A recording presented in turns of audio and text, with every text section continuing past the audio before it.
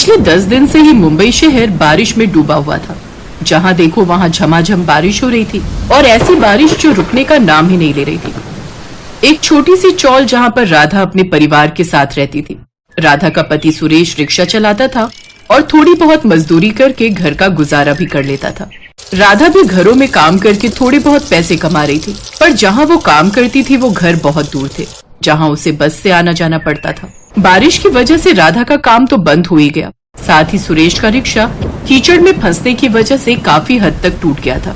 अब जब रिक्शा ठीक होता, बारिश रुकती, तभी तो सुरेश रिक्शा चलाने जाता। मुसीबत की इस घड़ी में घर में उदासी छाई हुई थी। दादी बहुत भूख लगी है, मुझे रोटी दे दो ना। दादी, मम्मी कहाँ गई है? सुबह से वापस नहीं लौटी। माँ राधा कहाँ गई है? कुछ बताकर नहीं गई क्या? बोल रही थी लाला से राशन लेने जा रही हूँ, थोड़े पैसे रखे थे, सोच रही थी उन पैसों से थोड़ा राशन ले आएगी। तभी राधा आ जाती है। राधा बारिश में पूरी तरह से भीगी हुई थी, उसकी साड़ी पर कीचड़ लगा था। बस एक हाथ में उसने डबल रोटी का पैकेट पकड़ा हुआ था जो बारिश में भीग गया था और उसमें बारिश का पानी भर गया था। दादी, मम्मी आ गई। मम्मी क्या लाई हो? बहुत तेज भूख लग रही थी। राधा, तू राशन नहीं लाई? नहीं माँ जी, लाला ने राशन नहीं दिया। जो पैसे मैंने उसको दिए थे उसने वो पिछले उधार के कहकर ले लिए।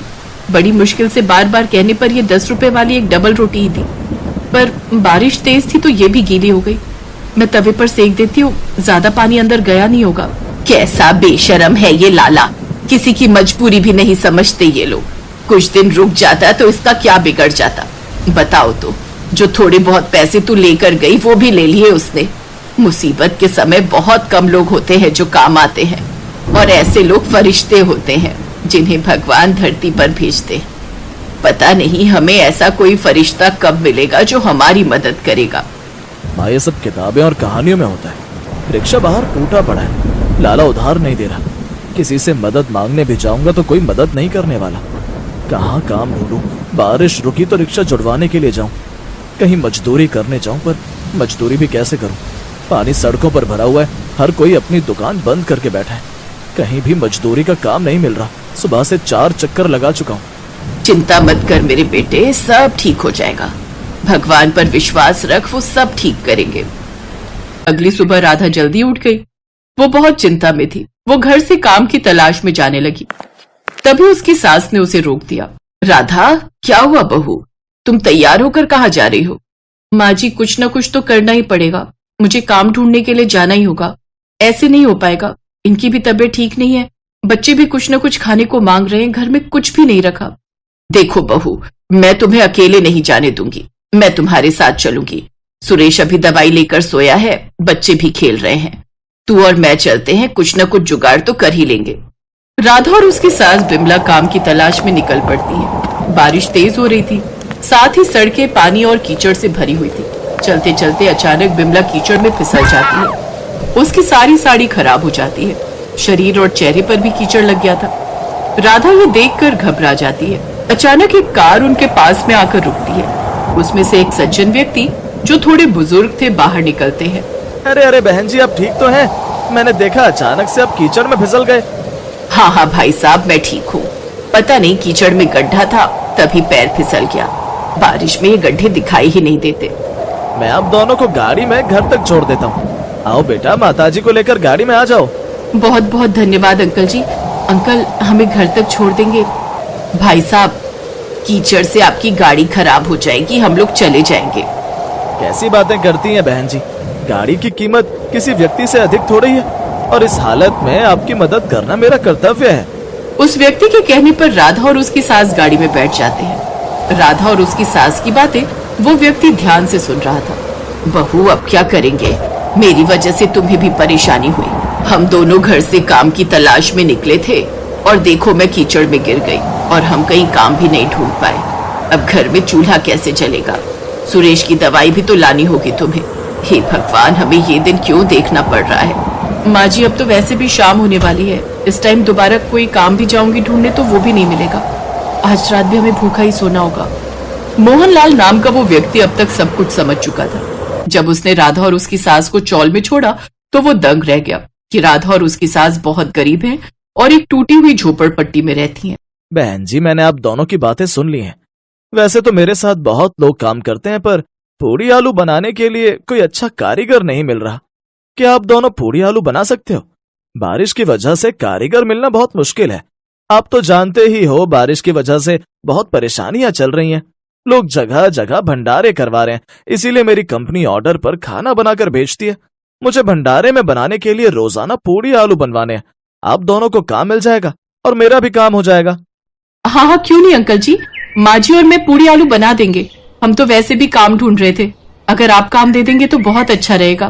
तो ठीक है, मैं आपको ये एड्रेस दे रहा हूँ, आप यहाँ पहुंच जाना और वहाँ आपको और भी कारीगर मिल जाएंगे, वो आपको सब कुछ समझा देंगे। राधा और उसकी सास की थोड़ी चिंता दूर हो गई थी, अब उन्हें काम मिल गया था। राधा और बिमला दोनों मोहनलाल के बताए हुए पते पर पहुंचती हैं। राधा और उसकी सास बहुत ही बढ़िया आलू पूड़ी बनाकर तैयार करती हैं। उन दोनों के हाथ के बने हुए पूड़ी आलू सबको बहुत पसंद आए थे। मोहनलाल उन्हें मेहनत के पैसे देता है। देखिए बहन जी, आप दोनों ने बहुत मेहनत से आलू पूड़ी बनाए। मुझे आप दोनों का काम बहुत अच्छा लगा है, इसीलिए मैंने और मेरी टीम ने सोचा है कि जो भी खाना बनाने का काम आएगा उसमें आलू पूड़ी आप दोनों ही बनाएंगे। और अब आप दोनों चिंता मत करो, आप दोनों का काम सही हो जाएगा। और हाँ, सुरेश को बोलना, उसके लिए भी मेरे पास बहुत काम है, मैं उसे भी काम पर लगा लूंगा। आप तीनों मिलकर काम करना, फिर धीरे धीरे आपकी सारी आर्थिक समस्या दूर हो जाएगी। राधा और बिमला की खुशी का ठिकाना नहीं था। उनके साथ साथ सुरेश भी काम पर लग जाता है। मोहनलाल जी, आज तक मैं यही सोचता था कि भगवान के द्वारा भेजे फरिश्ते किस्से और कहानियों में होते हैं, पर आपके रूप में आज साक्षात हमने फरिश्ते को देखा है। सुरेश की आंखों में आंसू आ जाते हैं, साथ ही राधा और बिमला भी रो पड़ती हैं। अरे नहीं नहीं बेटा, सब भगवान ही करते हैं, मैं कोई फरिश्ता नहीं हूँ। मैं तो धरती पर बस अपना कर्म कर रहा हूँ। बस मेहनत करो, देखना भगवान तुम्हें और भी ऊंचाइयां देंगे। जीते रहो बेटा। उसके बाद से राधा और बिमला ने मोहनलाल के पास पूड़ी आलू बनाने का काम संभाल लिया और सुरेश भी मोहनलाल के पास काम पर लग गया। मेहनत का फल उन्हें मिल गया। कहते हैं, जब व्यक्ति में कुछ करने का दृढ़ निश्चय हो तो मौसम भी उसका कुछ नहीं बिगाड़ सकता, भले ही गर्मी, सर्दी या फिर भयंकर बारिश ही क्यों ना हो।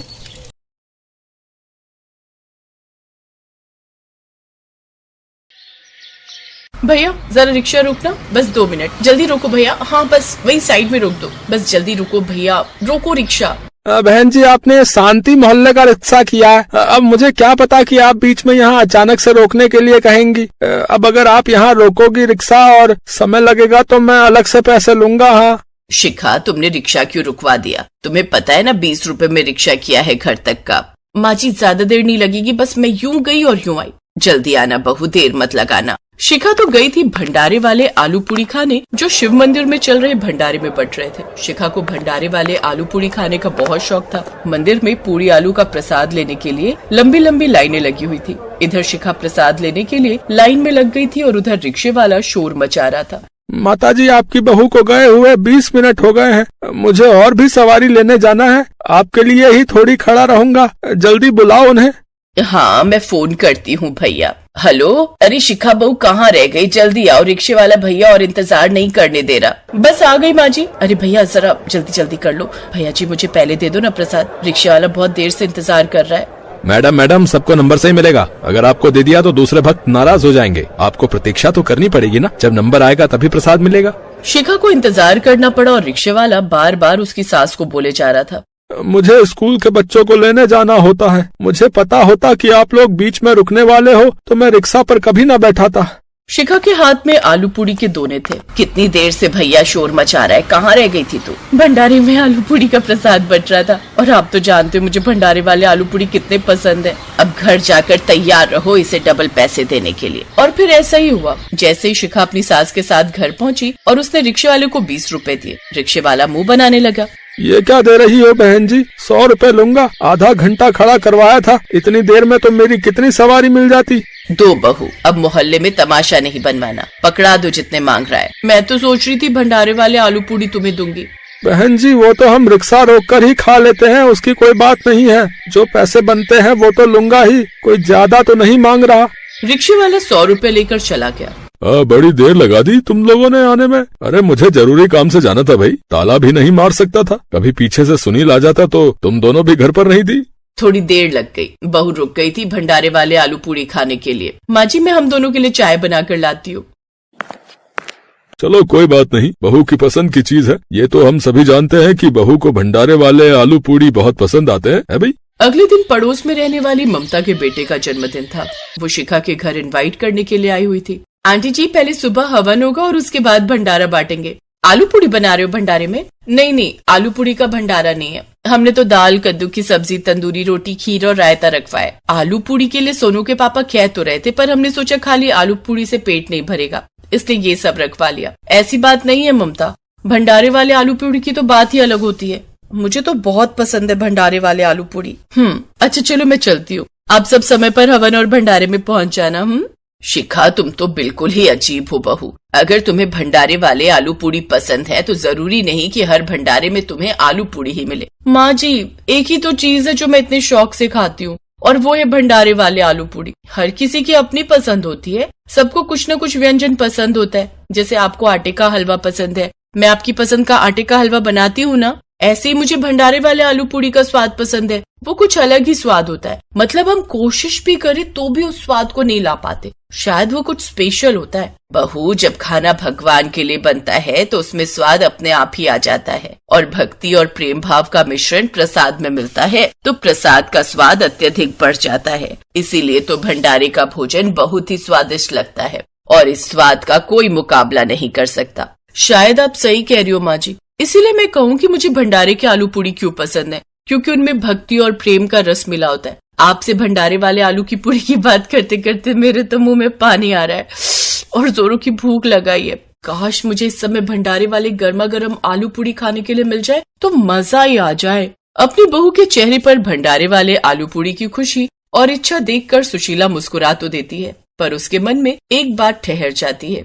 कह तो शिखा सही रही है, ये भी तो मेरी पसंद का आटे का हलवा बनाती है और वो बहुत स्वाद बनता है, तो मैं भी तो अपनी बहू के लिए भंडारे वाले आलू पूरी बना सकती हूँ। शिखा का जन्मदिन आ रहा है, क्यों ना मैं भंडारे वाले आलू पूरी बनाना सीख जाऊँ और शिखा के जन्मदिन पर घर में एक पूजा रखवाऊं और उसमें प्रसाद में भंडारे वाले आलू पूरी बनाऊं। ये विचार अच्छा रहेगा। मेरी तरफ से अपनी बहू के लिए ये उपहार होगा। शिखा बहुत खुश हो जाएगी जब उसे अपने जन्मदिन पर उसके पसंदीदा भंडारे वाले आलू पूरी घर में ही खाने के लिए मिल जाएंगे। शिखा की सास सुशीला ने मन ही मन सोच लिया था कि अब वो अपनी बहू शिखा के लिए खाने में उसके सबसे ज्यादा पसंदीदा भंडारे वाले आलू पूरी बनाना सीखेगी। इसके लिए वो शिव मंदिर में गई और वहाँ के पुजारी जी से बात की। पंडित जी, मंदिर में जो भंडारा बनाते हैं आलू पूरी का, आप मुझे बता सकते हो वो कौन से हलवाई बनवाते हैं?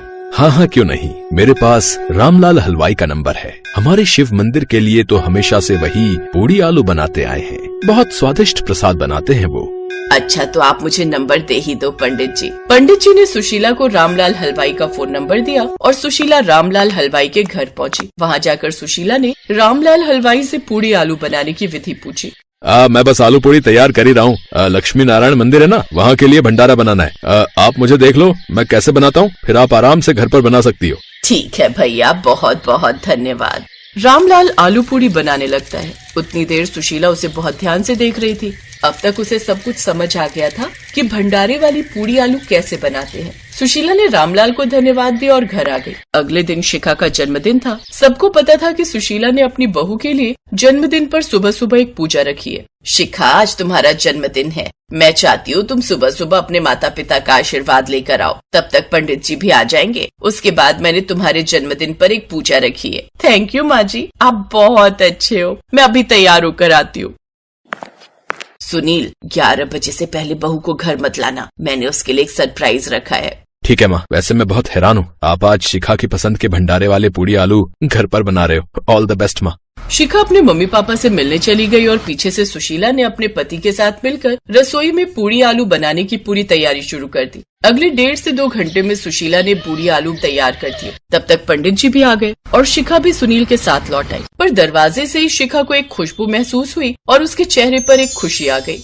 ये तो भंडारे के आलू पूरी की खुशबू है। हाँ शिखा, तुम्हारे लिए सरप्राइज है। माँ ने तुम्हारे लिए घर पर ही भंडारे वाले आलू पूरी बनाए। शिखा की आंखों में खुशी के आंसू आ जाते हैं जब उसे पता चलता है कि उसकी सास सुशीला ने स्पेशली उसके लिए रामलाल हलवाई से भंडारे वाली पूरी आलू बनाने की विधि सीखी है।